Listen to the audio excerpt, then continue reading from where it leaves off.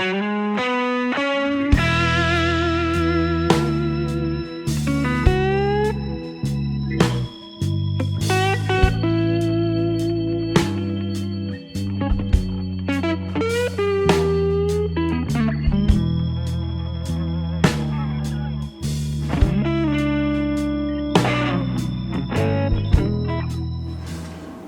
morning, good afternoon, good evening, guys, girls and gentlepods, and welcome back to the shed. Yes, we are in the shed. So today I'm going to be doing some work on the cylinder head. I've already done a lot of the porting work, basically reducing the bosses around where the valve guides go. So now I'm going to install the new valve guides, and then we can see about opening the ports up where the valves go. So without further ado, let's get to it. The ticking you can hear is the heater in the workshop, in the shed. I want this to be a comfortable working area, but also I want the cylinder head warm. The valve guides are currently sitting in the freezer where they've been for over a week. They now should be pretty stable at about minus 22 degrees. The idea, of course, as when we built the gearbox, is that the valve guides will be shrunk because they're cold, and the cylinder head will be slightly expanded because it's warm. So I've got the cylinder head sitting in front of the outlet of the heater. I'll get that up on the bench, reposition the camera, then I'll go and get the guides and we can crack on. Right, so I've got a very simple method for pulling the valve guides into the head. I've got a simple piece of thickish plate, so I can pass that all thread through the port. I've got a spacer to determine how deep they go. The assembled depth is 13.7 millimeters from the spring seat base. So I'm simply going to screw those in like so.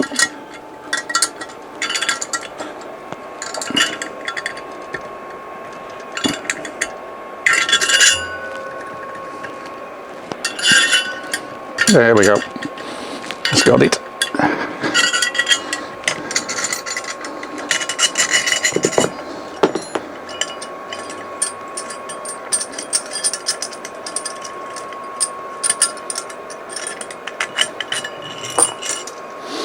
You can hammer them in with a drift.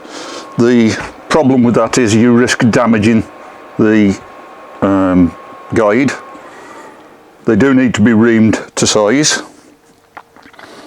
But if you can see that down in there, that's just nice. So you can see how I've ground away the bosses around the guides. Right, that's all the valve guides in. I did have to resort to hammer and drift in the end, because it stripped the thread on the old thread I was using and wasn't going in. But they need reaming to size anyway, so that's that step done. So the next step will be to cut the valve seats to match the new valves, because these, if you remember, are 25.4 and 29. And we're opening them up to 31 and 29. So the next step, I think, is to open up the valve seat. So I'll get the valve seat cutting gear. One moment, please.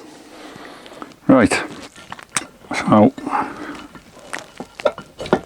the guides do need reaming to the correct diameter for the valve guides, for the valve stems, but they're a little bit tight at the top end where I have to drift them in. It's just belled the end slightly.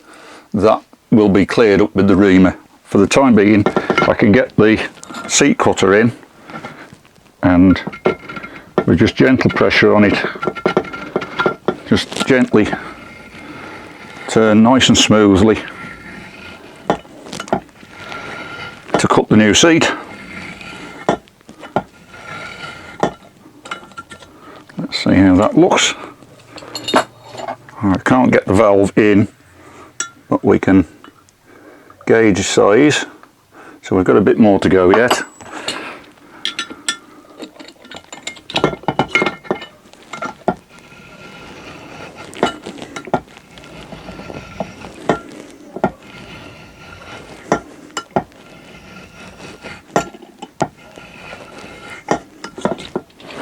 It is important to turn that smoothly.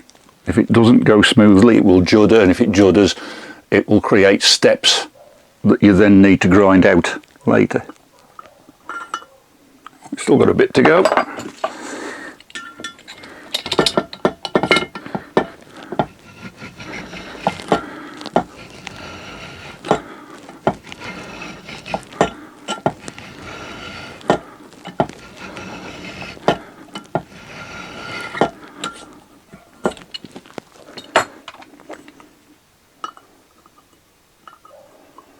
Yep, not all yet.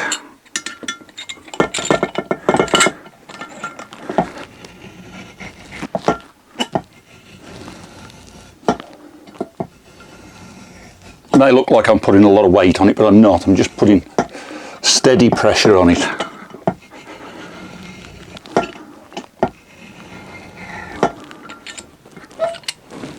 And as with all of these things, a bit at a time. You don't want to go too far too soon, because if you go too far, you wreck the head.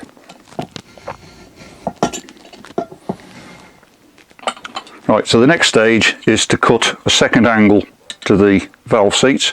I haven't got a cutter narrow enough to do the exhausts at the moment. Once I've opened those out with that, I should be able to do the second angle. And it only needs a couple of turns on each just to put a second angle on.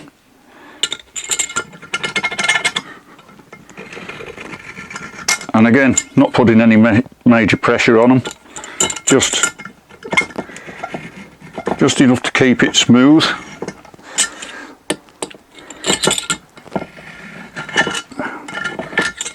Three angle seats would be nice because it gives a gentler curve, more of a blended flow.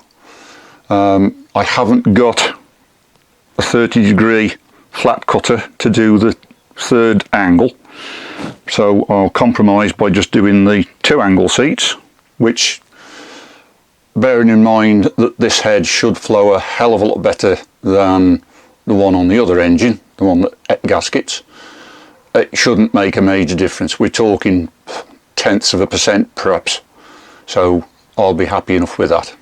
The next step then will be to open up the port, because there's no point in putting bigger valves in without opening up the port itself. So to do that, I have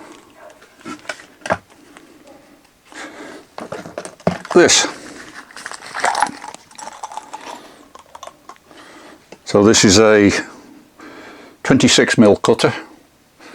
In the last video I gave the wrong sizes for these. I said 29 and I think I said 29 for the 31mm valves and 27 was it for the exhausts.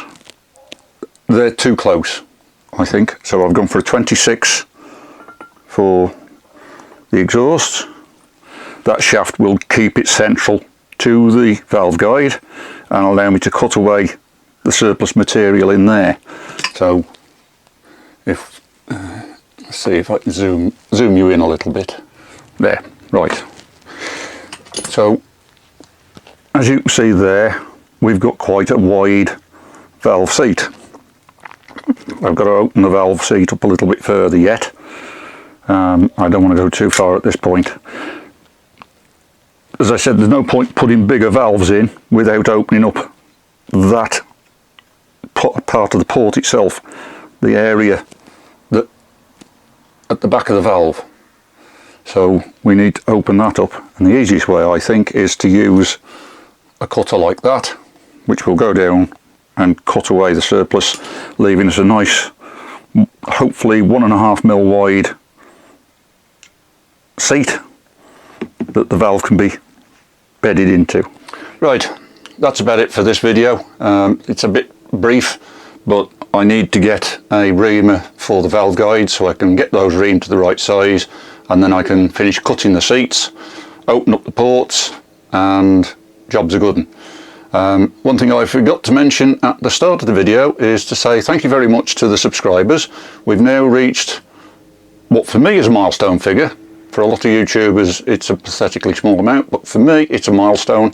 We've now reached 1,000 subscribers, which I think is pretty incredible. So thank you very much to everybody who's subscribed. I hope you're finding these videos interesting. Presumably you are, otherwise you wouldn't be subscribing. So thank you very much for watching, and we'll see you in the next video.